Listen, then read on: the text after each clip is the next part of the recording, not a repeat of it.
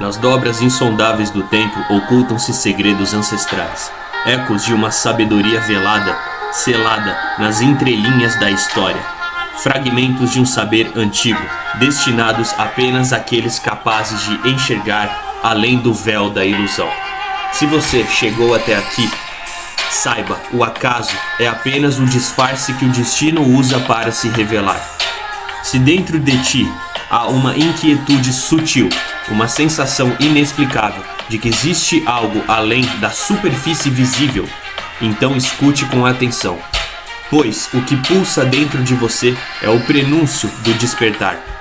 Os antigos mestres não falavam abertamente, deixavam códigos, símbolos e passagens ocultas, mapas que só se iluminam aqueles que buscam com a alma em estado de vigília. Hoje, você será conduzido por uma jornada através de verdades milenares, ensinamentos que transcendem o intelecto e tocam o âmago do ser. Mas esteja advertido, aquilo que será compartilhado pode desestabilizar os alicerces da sua compreensão, pois a verdade não é confortável, ela é libertadora. O conhecimento não se oferece aos desatentos, ele se entrega aos que demonstram intenção. Se estas palavras ressoam com a sua essência, marque esse instante com um gesto simbólico. Curta esse vídeo. E se busca por algo legítimo, se tua sede por sabedoria for real, inscreva-se agora e ative as notificações, pois este canal não é apenas um refúgio, é uma passagem e apenas os que se dispõem a cruzá-la terão acesso ao... O que nos leva ao vídeo de hoje, do Shahar HaGilgulim em hebraico, em português conhecido como o Portal das Rodas das Reencarnações. O vídeo de hoje sobre a diferença da primeira vida da pessoa e das suas outras vidas, suas outras encarnações.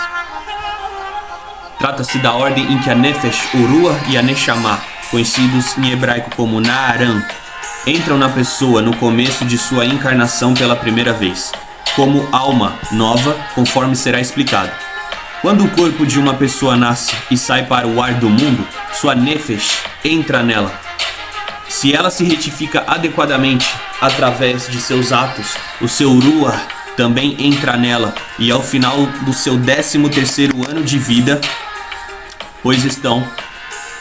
ela se torna uma pessoa completa, como é sabido.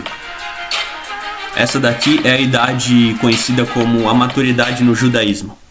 E se daí em diante os seus atos continuam sendo retificados, a Neshama entra quando ela completa 20 anos, como está dito no Zohar. No entanto, se a pessoa não corrigir completamente o seu Ruah, a Neshama não vai entrar nela, e ela vai ficar somente com a Nefesh e o Ruah. Aqui, pessoal, são estados de consciência, de conexão com Deus. Não quer dizer que é uma pessoa sem alma, sem espírito, não é isso. O corpo, a alma, o espírito, eles são nomeados dessa forma de acordo com o nível de elevação de consciência que a pessoa tem, de acordo com os seus atos em conexão com Deus. Então aqui é um exemplo de que a pessoa ainda não atingiu esses estados elevados. Continuando. De modo similar, se ela não corrigir completamente a Nefesh, ela ficará somente com a Nefesh, sem o Ruah e sem a Neshama.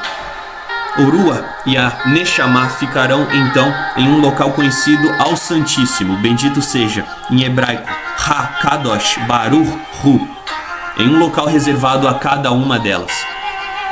E se a pessoa não corrigir completamente sua Nefesh na primeira vez que reencarnar, talvez até várias vezes, até que ela esteja suficientemente corrigida.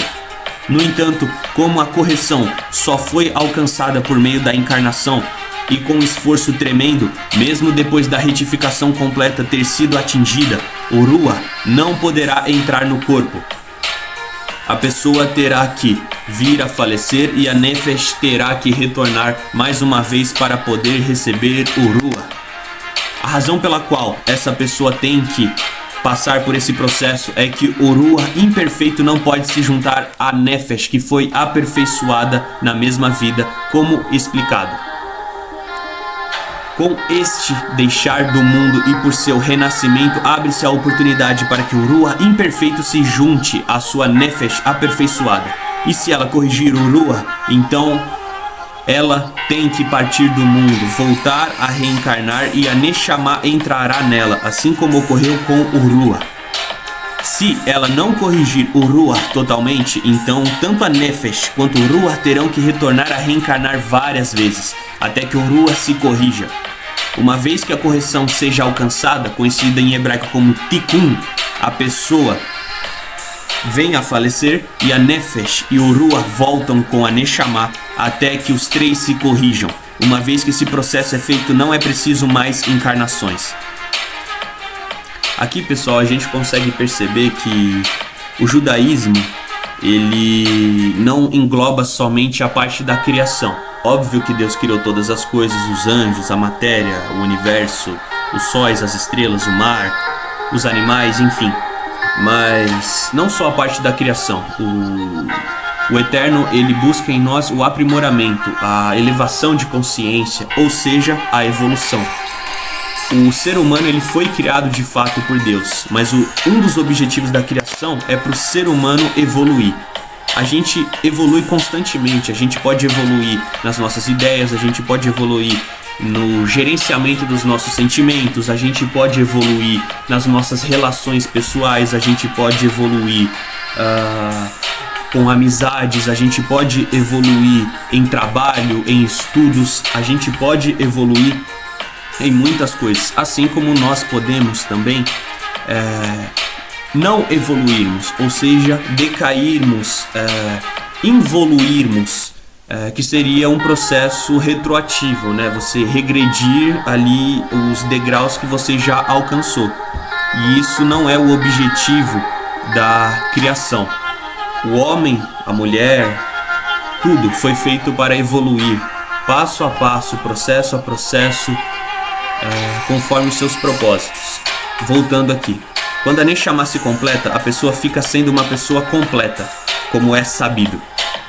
Mas você tem que saber que se uma pessoa corrigiu sua Nefesh e ela voltou a reencarnar para receber e corrigir o seu Ruach, como mencionado, mas durante essa encarnação pecou, a Nefesh não será afetada pelo dano do pecado, de modo que ela terá que ser forçada a voltar sozinha para se corrigir novamente. Isso é assim porque agora a pessoa já tem o Ruach, então o pecado afeta somente ao Ruach, e só ele fica precisando de correção. Sendo assim, se uma encarnação adicional for necessária para corrigir o Ruach, tanto a Nefesh quanto o Ruach virão juntos, e isso segue até que o Ruach esteja corrigido. Depois disso, a pessoa morrerá para que a Nefesh dessa pessoa e o Ruach corrigido dessa pessoa possam reencarnar com a Neshama para que esta seja corrigida. De modo similar, se a pessoa chegou nesse estágio e pecou, o dano vai só para a Neshama, conforme acabamos de explicar com relação à correção do Ruach. Também pode acontecer de a Nefesh ser tão bem corrigida e tão refinada e purificada que ela não precisa retornar com o Ruach quando da correção dele. Nesse caso, o que acontece é que a Nefesh fica nas alturas, em um local adequado para ela, unida à árvore da vida, conhecida como Kabbalah judaica. Aqui a gente fala Kabbalah judaica, mas a única e verdadeira Kabbalah que foi dada por revelação divina é a judaica. A Kabbalah é judaica, é uma palavra, a Kabbalah. Kabbalah, ela é uma palavra em hebraico que significa recebimento, receber. Então, Moshe em hebraico, ele recebeu duas Torás. Ele recebeu a Torá escrita e a Torá oral. E parte dela é a Kabbalah. Kabbalah, ela significa receber, o verbo receber, ou o ato de recebimento, que foi o que Moshe recebeu de Deus para transmitir para o povo. Voltando. Mas como o Ruach não tem como vir ao mundo sozinho sem ser vestido pela Nefesh, então Ele então entra na Nefesh de um convertido, como está dito no Sabar. Aqui o Ari explica a razão. Eles continuam a reencarnar juntos até que o Rua seja corrigido. Uma vez que o estágio de correção do Rua é alcançado, a pessoa falece e reencarna, sendo que a primeira Nefesh volta para se unir a ele, para assim poder receber e corrigir a Neshama, até que ela também se corrija. Ou pode acontecer de que o Rua venha sozinho com a Neshama até que esta se corrija, sendo que depois disso a pessoa não precisa mais reencarnar. E todos os 3 níveis de alma ficam unidos à árvore da vida como lhes convém. Isso daí seria o caso dos justos, por exemplo. A gente sabe, pelo vídeo anterior e pelos estudos, que os justos estão amarrados em suas respectivas localidades na árvore da vida. E saiba que a Nefesh do convertido que se uniu ao Rua e o ajudou a aperfeiçoar suas boas ações neste mundo, e que foi um veículo para ele neste mundo, foi o que permitiu que o Rua merecesse se corrigir. Portanto, essa Nefesh do convertido também se elevará com a principal Nefesh desse Rua. Ambas terão o mesmo nível no mundo vindouro, ou seja, a era messiânica, o tempo de paz e prosperidade que virá da parte de Deus, como se fossem vizinhos e jamais se separarão. Saibam também que às vezes acontece que de uma Nefesh reencarnar sozinha para se corrigir, e ela se corrige tanto por suas ações que ela merece o nível do seu Rua, mas o Rua não pode entrar nela, já como foi explicado. A regra é que 2 ou 3 níveis de alma não podem ser unidos em uma só encarnação, a não ser por um esforço tremendo, como mencionaremos adiante. Por isso, cada nível precisa da sua própria encarnação.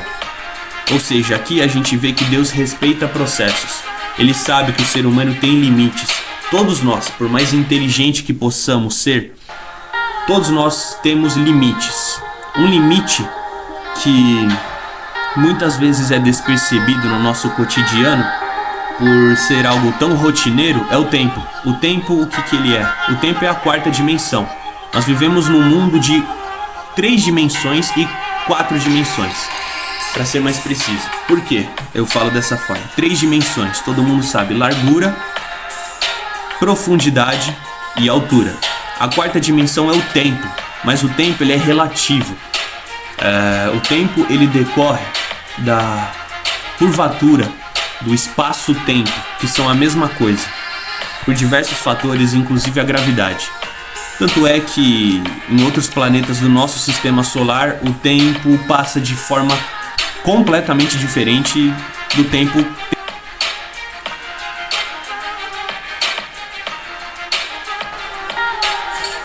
Se esta mensagem acendeu uma centelha em sua consciência, imagine quantas almas ainda vagueiam na escuridão, sedentas por respostas, mas sem saber onde procurar.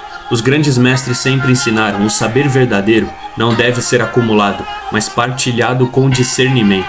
Se você sente que esta sabedoria precisa ecoar mais longe, compartilhe este vídeo com alguém que está pronto para despertar.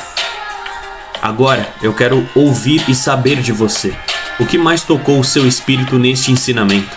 Você já teve vislumbres desta realidade velada antes? Deixe seu comentário. Sim, eu leio todos. Este não é apenas um canal, é um círculo, um espaço sagrado de buscadores e despertos. Talvez o que você compartilha seja justamente o farol que alguém precisava ver hoje. O que você ouviu aqui é apenas o início, a borda do véu, a superfície do oceano. Existem peças ocultas que completam este enigma, mas somente os que persistem na busca conseguirão montar o quadro completo. Por isto, separei 2 vídeos essenciais, cada um contendo uma chave que expande e aprofunda tudo o que começamos hoje. E se você sente lá no fundo que esta é a trilha do seu despertar, inscreva-se agora. Ative todas as notificações, porque certos mistérios só se revelam uma vez. E se, no instante da revelação, você não estiver presente, eles se perderão, talvez para sempre.